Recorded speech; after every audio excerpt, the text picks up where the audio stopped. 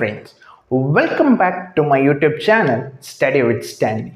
Today we are in the third lecture of Structure of Atom lesson, and in today's session we are going to study about Rutherford's experiment. Without any delay, let's get into today's content. So I already done a diagram or the experimental setup of Rutherford's experiment for you. So before I'm explaining this Rutherford experimental setup, first I will say what are the uses of this Rutherford experiment. The main use of this Rutherford experiment is the discovery of nucleus. Let me write it here, is the discovery of nucleus. So my dear friends, you may be wondering how this nucleus is discovered. That is what this experimental setup is telling to us.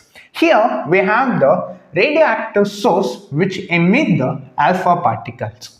So many of the students are getting doubt, what does this alpha particle means? I will explain it. It is nothing but a helium atom in which 2 electron is removed. I will write it here in an equation so that you can easily understand. This is the helium atom, and when it loses 2 electron, it will become helium 2 plus. This is what we call alpha particle with 2 electron removed. So my dear friends, this helium 2 plus is called alpha particles. When this alpha particle move through this lead plate and when it hit with a gold foil, here this gold foil have a thickness of 0.004 centimeter. It is very thin material. When this alpha particles pass through this gold foil, it will hit with this photographic plate. In last lectures itself, I told you in a cathode ray tube experiment, especially in Crookes tube, when we have a zinc sulfide coating on the another side of the cathode ray tube, when particles hit on it, you will get a spark. So in the same manner, this is also a zinc sulfide plate. I will write it here. This is also a zinc sulfide plate. When this particle hit on this photographic plate, it will produce a spark. So that we can understand that we have a particle that hit on this place. So my dear friends, you may be wondering what is the source of this alpha particles. Why? Because now you know what is helium, what is alpha particles and how it is produced. But now you should know what is the source. So mainly this alpha particle is produced from polonium-214 natural isotope. So this polonium-214 natural isotope act as the source of this alpha particles. So my dear friends, now we know about the introduction about Rutherford's experiment and what are the experimental setup in which this Rutherford made this experiment. So now we are moving to the second part, that is the conclusions that Rutherford made with this experiment. Let me erase all these things so that you can understand it clearly.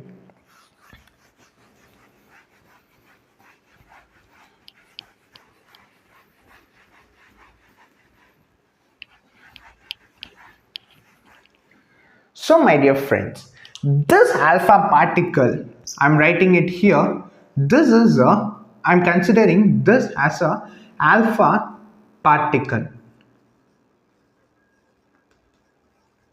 This is nothing but helium 2 plus. This, when it moved towards the nucleus, I'm writing it here, this is nucleus. So nucleus is having a positive charge. The first lecture of the structure of atom itself, I explained what is the structure of this atom in a basic manner. In that lecture itself, I told you that this nucleus is positively charged. This alpha particle is also a positively charged. As you guys know, when two positive charges come close to each other, they will repel. So, my dear friends, I will erase it here so that we can move to the second part of this. When an alpha particle is moving towards the nucleus, it will experience a force of repulsion. So, in the first step, he found that when alpha particle is moving towards nucleus, it will experience force of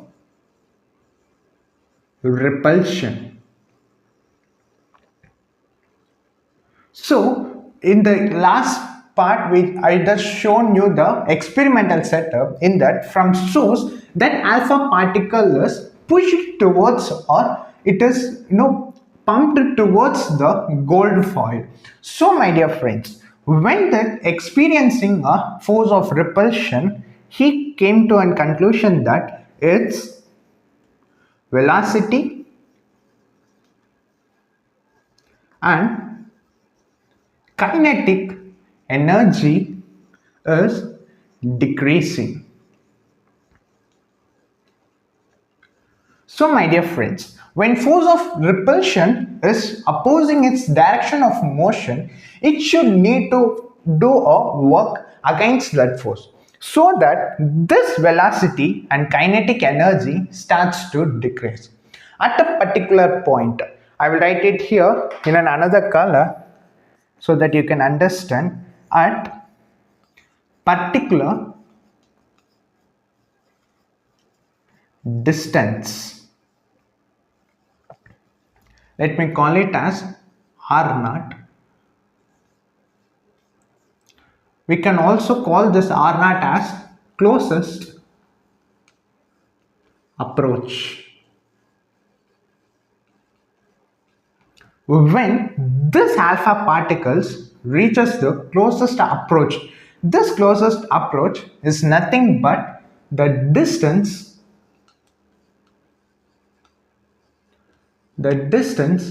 between two center of charged particle. So, when this alpha particles move towards the nucleus, at some point, which is nothing but the closest approach, that is the distance between the center of this alpha particles and the center of the nucleus is R0, it will stop at that point and will start to repel again in the direction opposite to this motion. So, this point, that R0, you need to calculate.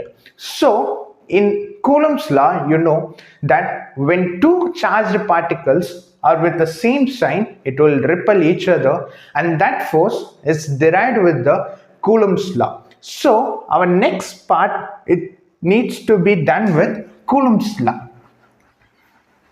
We are erasing it here. We know in Coulomb's law, the force is equal to K Q1 Q2 by R square. Here, the Q1 in this experiment is nothing but the charge of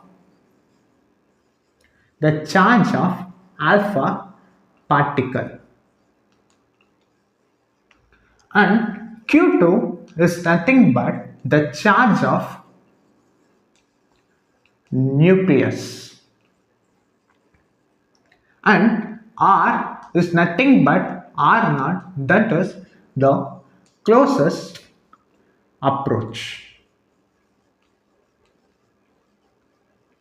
So my dear friends, you know that the charge of this alpha particle is nothing but plus 2 electrons, and this charge of nucleus I'm considering, let Z be the atomic number of this nucleus, so I am taking Ze as the charge of this nucleus. So I'm substituting all this value in this equation. I'm getting it F is equal to K into 2E into Ze divided by R naught square. So this is the Coulomb force which exists between the alpha particle and the nucleus. So my dear friends, as I said you already, when it reaches this closest approach point, its kinetic energy is completely converted into potential energy. Why? Because it starts to move in opposite direction. So this kinetic energy will be converted into potential energy. So for that, you should know what is the potential energy. So that is what I'm going to teach you now. I'm erasing all of the things here. So in this last part, we came to a conclusion that F is equal to K into 2E into Ze divided by R naught square. So my dear friends, you know that is potential energy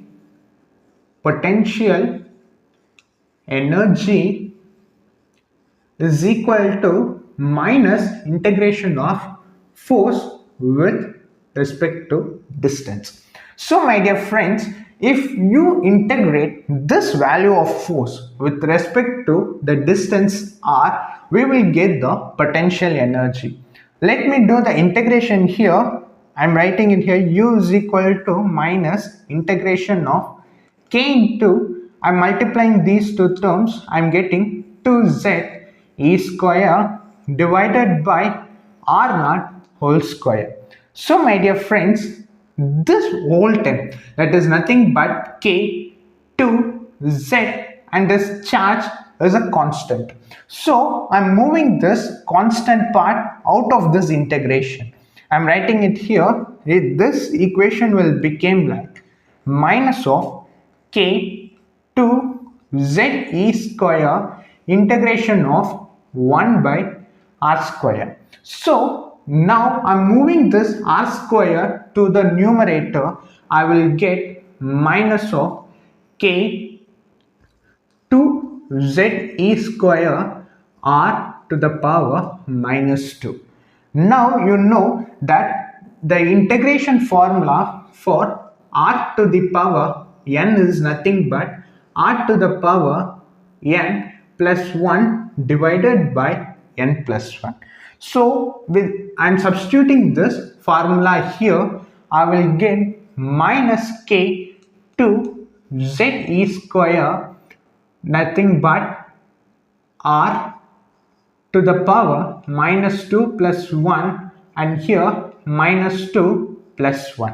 So I'm getting the final formula u is equal to, this will become like minus of k 2 z e square r to the power minus 1 and minus 1. This minus minus will get cancelled. I'm getting k 2 z e square into 1 by r. So I'm writing it clear here so that you won't get any confusion. I'm writing all this derivation part. I'm writing here u is equal to k 2 z e square 1 divided by r. So my dear friends, as I said you already, at that closest approach, which is at the distance r naught, this kinetic energy will be equal to the potential energy. I am writing it here. at closest approach.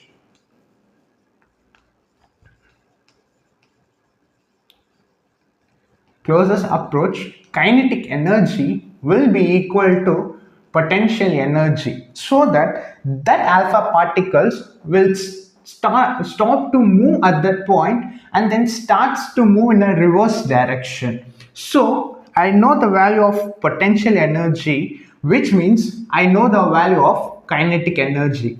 I'm substituting this equation as the value of kinetic energy. It is nothing but k to ze square into 1 by r. Now, so don't forget to put r naught because it is the closest approach distance. Now I'm moving this r naught to this place. I will get r naught is equal to k to ze square 1 divided by kinetic energy. So this is the value for closest approach. This formula is very important. So I have three formulas here for you to remember as it is. So why? Because questions will be directly, they used to give the values of this variables and they ask you to find the answer of this or not, or the potential energy or the force. So if you know this equation, you can directly apply in the examination. So you may be wondering what this constant k in all this equation means. K is nothing but its value is 1 divided by 4 pi epsilon naught. We can also write it as 9 into 10 to the power 9. So my dear friends, you may be wondering what is the unit for that. I am also writing it here, Newton meter square divided by Coulomb square. It is the value of K. So if you don't have time to substitute all those values like 4 and the pi value and epsilon naught values, you can directly substitute the value of K as 9 into 10 to the power 9 in all this equation. So my dear friends, after all this experiment, Rutherford, or after all this derivation, Rutherford came to the three statements he gave to us. So now we are moving to the next part, that is the three final statement from this Rutherford experiment. I am erasing all these things. My dear friends, in the first part I teach you that when this alpha particles move, it will hit with the gold foil, that is almost 0.004 centimeter thickness, and it will hit the phosphorescent plate. So my dear friends, these are the atoms which is present inside that gold foil. These green lines shows the path of the alpha particles. So my dear friends, if you see this diagram, almost most of the particles pass through this gold foil without any deflection. So this is the first statement given by Rutherford. And in the second statement, very small deflection happens with a very small amount of alpha particles. This is the second statement. And in the third statement, very rare moment, this alpha particles is completely deflected by 180 degree. I am writing it here, deflected by 180 degree. This is a very rare moment. So with this three statement, he gave three final conclusions. So the first one is, we already know almost most of the particles pass through this gold foil without any deflection. So it shows that most of the space in atom is unoccupied, or we can say or we can say it is empty. So this is the first conclusion given by Rutherford. So with this A, whatever the part that I am writing it here with the A, it shows the alpha particles moved without any deflection. So B shows us some particles is just deflected by small angle. So I'm writing it here so you can understand this is for A and this is for B. Very small amount of positive charged particle present in space of atom. So this clearly tells us that a positive charge is not equally spread around this atom. It is present at some place, but it is not in an equally distributed manner that DJ Thomson in his plum pudding model, he told like this positive charge is equally spread and which makes this atom to be neutral in a negatively charged sphere. But from this experiment, we came to a conclusion that this positive charge is not equally spread in this atom. It is present at some places so that it shows a very small amount of alpha particles to deflect. But this is a different scenario. Here, some alpha particle is completely deflected by 180 degree. I am writing it here. See, some alpha particles are, I'm writing in the conclusion here, some alpha particles get deflected by 180 degree, which means there is a positively charged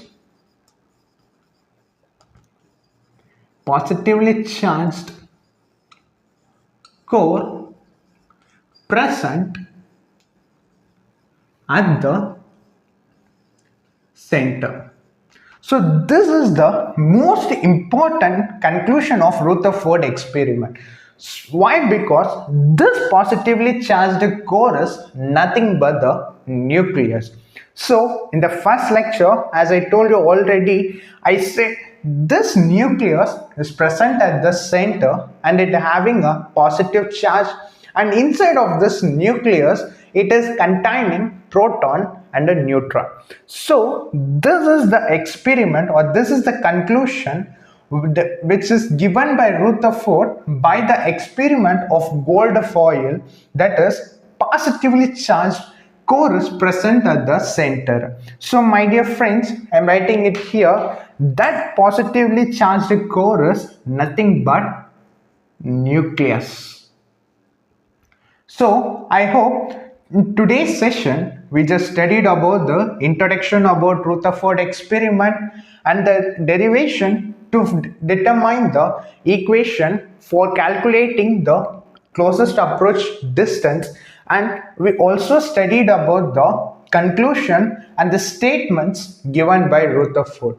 I hope you have a clear understanding about this Rutherford experiment. But this experiment's explanation is not completed here. In next lecture also, we are going to continue with this Rutherford experiment.